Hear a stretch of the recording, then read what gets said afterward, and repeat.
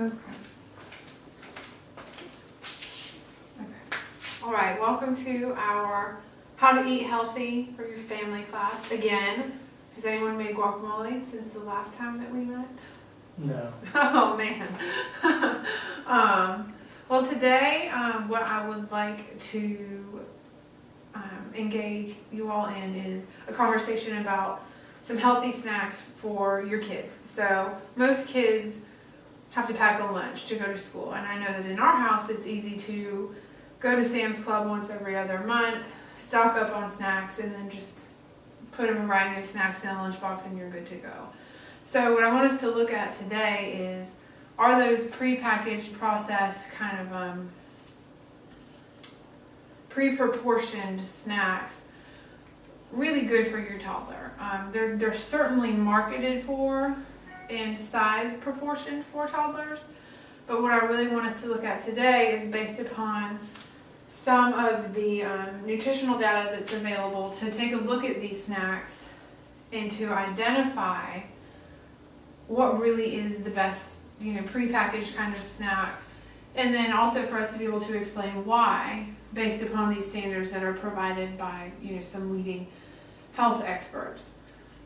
So what would you think would be the primary thing that we would look for when we look at these prepackaged snacks? Where would we start with kind of identifying, okay, what's a baseline for healthy here?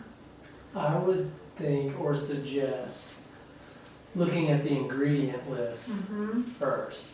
Absolutely. So because of food packaging laws, they have to have ingredient lists as well as nutritional facts on each serving size. And so since we're dealing with snacks that are all pre-portioned, the portion or serving size is already determined.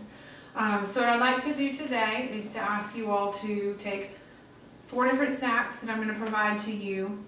We have pretzels, we have a Quaker Chewy granola bar, a Superhero Avenger Go-Gurt in Hero Berry flavor, and some Welch's fruit snacks.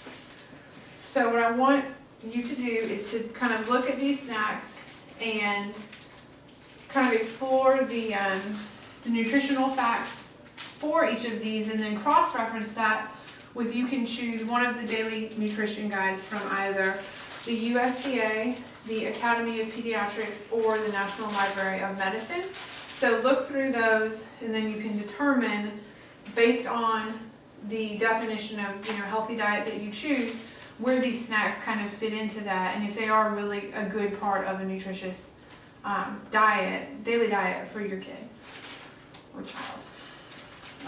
And then in a few moments we'll come back together and review our findings and kind of analyze these snacks and really see if we think they fit into a healthy diet. Does anyone have any questions? All right, groups.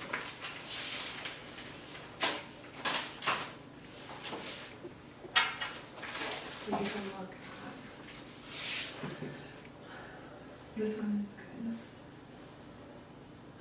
because it gives you some We examples. have a lot of them. I do. Can you stop? I'm looking. But what does it matter? So we want 2 cups of dairy, so yogurt.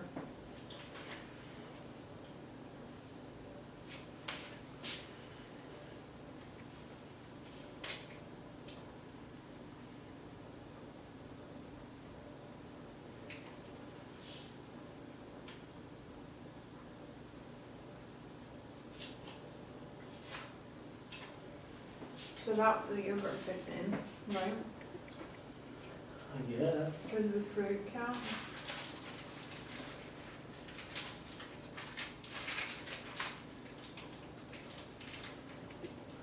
Probably not. Well, it does. So the first ingredient is to use fruit puree.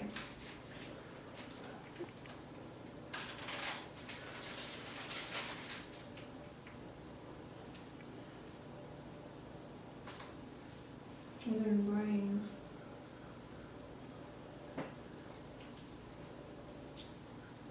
This is whole grain rolled oats.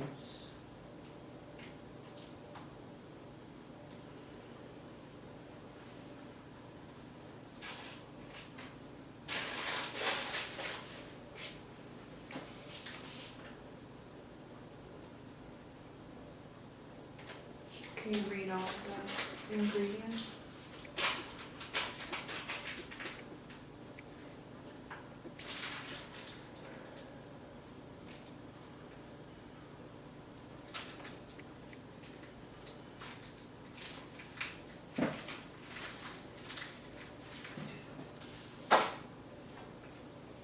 Yeah, I mean, I don't, So we could also look at, so we just looked at one of the examples, we could look at, let's say a 3-year-old.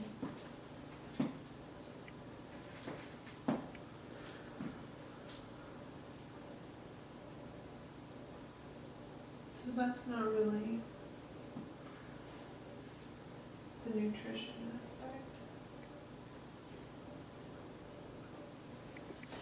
This will be, well, I mean, is it like natural or fresh, or is it just more of a? Because I mean, like this one, the granola bar has whole grain oats, whole grain wheat, but then it also has like, some other things that. so I think what you're finding is that all of these say that a variety of foods is best with an emphasis on. There's like the fruit snacks, like it starts off, Mm-hmm. I mean, the fruit snacks, I guess, but like it also says like natural and artificial flavors. Right. I don't know, I was just wondering. Right. So now that you've had some time to kind of explore the different nutrition guidelines that are provided, I think we could explain, your findings in that, as you stated, the fruit snacks, kind of surprisingly, the first and highest ingredient is a fruit puree, which is something that all the guidelines say is a good thing. But then if you read further down, you see that there are some sugars, which of course the USDA kind of pushes you against, or those kind of manufactured sugars. So, overall they're good. And the same thing with the yogurt. The selection that you chose to look at is the Ohio State version of a healthy diet per day, which suggests low-fat yogurt, which this yogurt is, but again, it has added color and sugar. So, I think that's something that you just see a lot of probably in these packaged foods. And then with the granola bar and the pretzels, those both fit right into the category for whole grains.